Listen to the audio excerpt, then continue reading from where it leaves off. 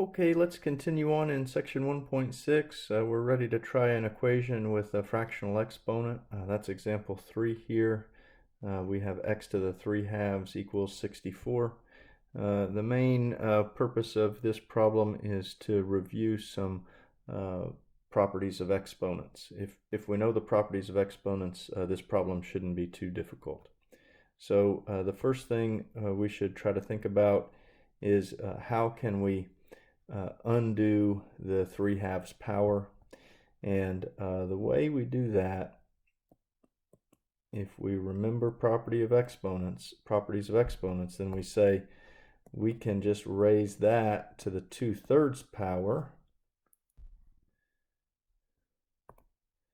and then that will cancel with the 3 halves power, and we'll get just what we want. If we're going to raise one side to the 2/3 power, then we have to raise the other side to the 2/3 power. So all I've done is I've raised each side to the 2/3 power. Now, do you remember what we do with these exponents? If we have, we have a rule which says a to the m, some base raised to some exponent, and then all of that raised to another exponent, means we just need to multiply the two exponents together. So we multiply the 3 halves times the 2/3, and that gives us 1. So we have x to the first, which of course is just x. If we're making a list of properties of exponents, then that would be another rule to remember. A to the first is the same as a, or x to the first is the same as x. You know what? Let's just clean this up. Let's just write x equals. And then what we need on the right hand side is we need to evaluate 64 to the 2/3 power. And again, properties of exponents will help us to do that. So what we can say is we can consider the numerator and the denominator individually. And it'll be easier if we do the denominator first. So let's write this as 64 to the 1/3, all of that to the second. Can you see that those are equivalent? The property of exponents that we need is this one that we already wrote down. We're just working it in reverse. So 1/3 times 2 gives us the 2/3, or the 2/3 can be split up as 1/3 times 2. 1/3 and then the second power after that. Okay, and then the next thing we need to do is we need to remember that the 1/3 power is the same as the cube root. So another property of exponents says a to the 1 over n is equal to the nth root of a. And the most famous or the most common example of that would be the 1/2 power is the same as the square root of a, where we don't write the 2 in there because it's understood. It's the default value, if you will. Okay, so we have the cube root of 64, and then we're going to square that. And then that should work out pretty well. Cube root of 64 is 4, isn't it? Because 4 cubed is 4 times 4 times 4, that's 64. Okay. So we have 4 squared, and then 4 squared is 16, and then we can box that up. And I guess really what we did here is we squared both sides of the equation. So really we should go back and check our answer and make sure it's not extraneous, and it's not. It does check. Okay, so that's enough of fractional exponents. Let's go on to this next example, and let's look at an equation that's quadratic in form. This is one that gives students some trouble sometimes, so let's go through it carefully. Remember, a quadratic equation is an equation that looks like ax squared plus bx plus c is equal to 0. And of course the x could be any variable, or it could be any variable expression. So you're used to seeing the x and saying, well, that's my variable there, but in fact we could think of this x as a placeholder for any algebraic expression. So we can emphasize that point by changing it over to a u.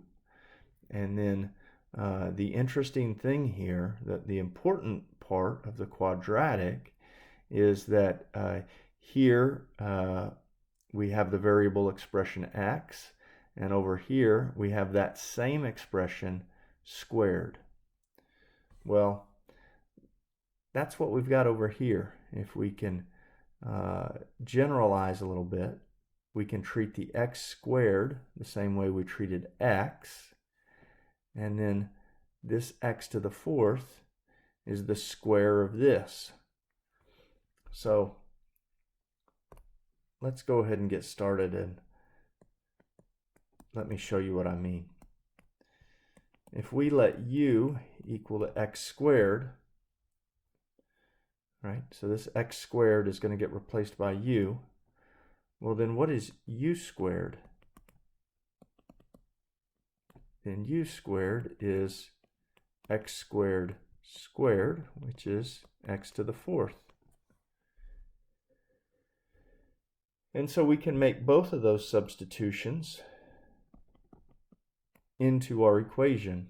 Wherever we see x to the fourth here, we can rewrite that as u squared, and we'll have 4u squared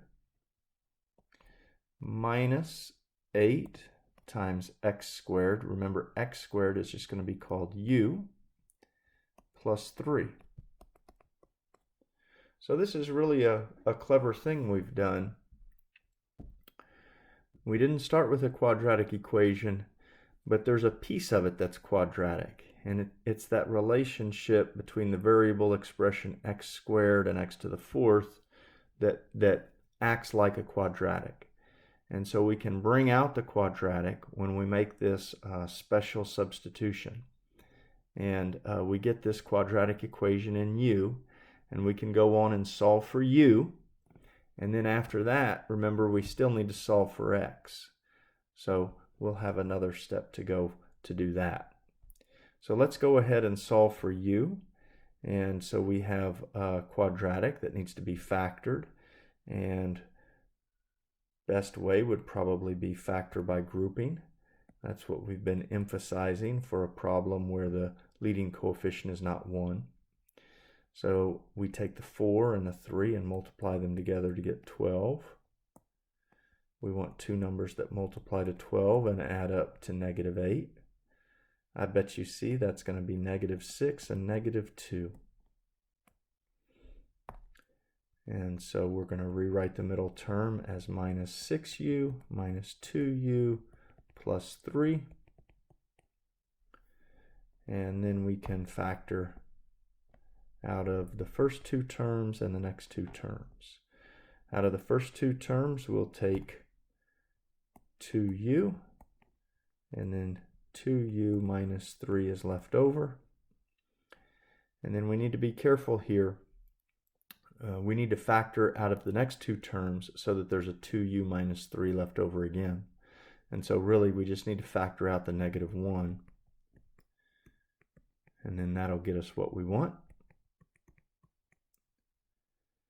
And then we look at these two big terms.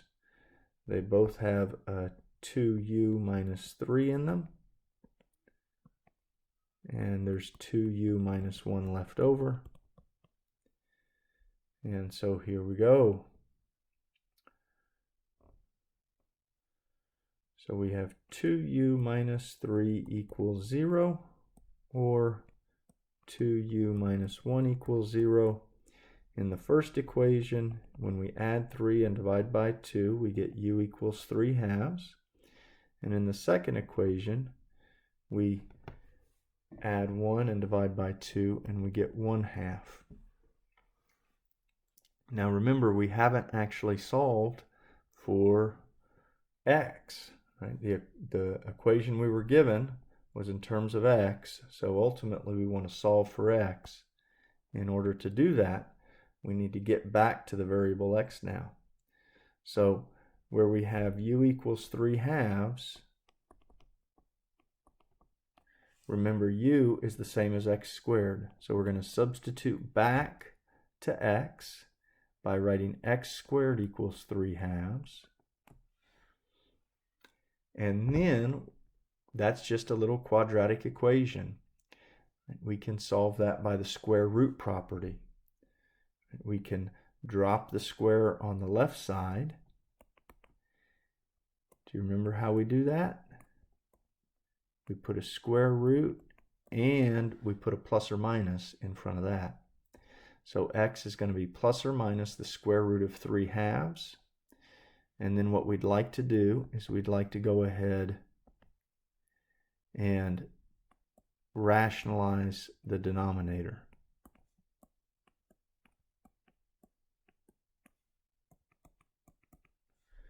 So we're going to write the radical separately over the numerator and denominator, and then we're going to multiply that root 2 in the denominator by itself. The way we do that is we just multiply the numerator by the same thing. When we multiply across, we're going to have root 6 divided by 2 with a plus or a minus in front of it. Okay, so those are 2 solutions, and then we should get 2 more solutions when we do when we consider that u could be 1/2. That means that x squared is 1/2, or x is equal to plus or minus the square root of 1/2. And again, we just need to consider square root of the numerator. Square root of 1 is 1, square root of 2 in the denominator, and then rationalize. And we get x equals plus or minus root 2 over 2. So here are the 4 solutions that we got. We got the square root of 6 over 2 and negative square root of 6 over 2. And then we've got square root of 2 over 2, and then we've got negative square root of 2 over 2. And we can list out all the solutions and put our answer in set notation, and we're done.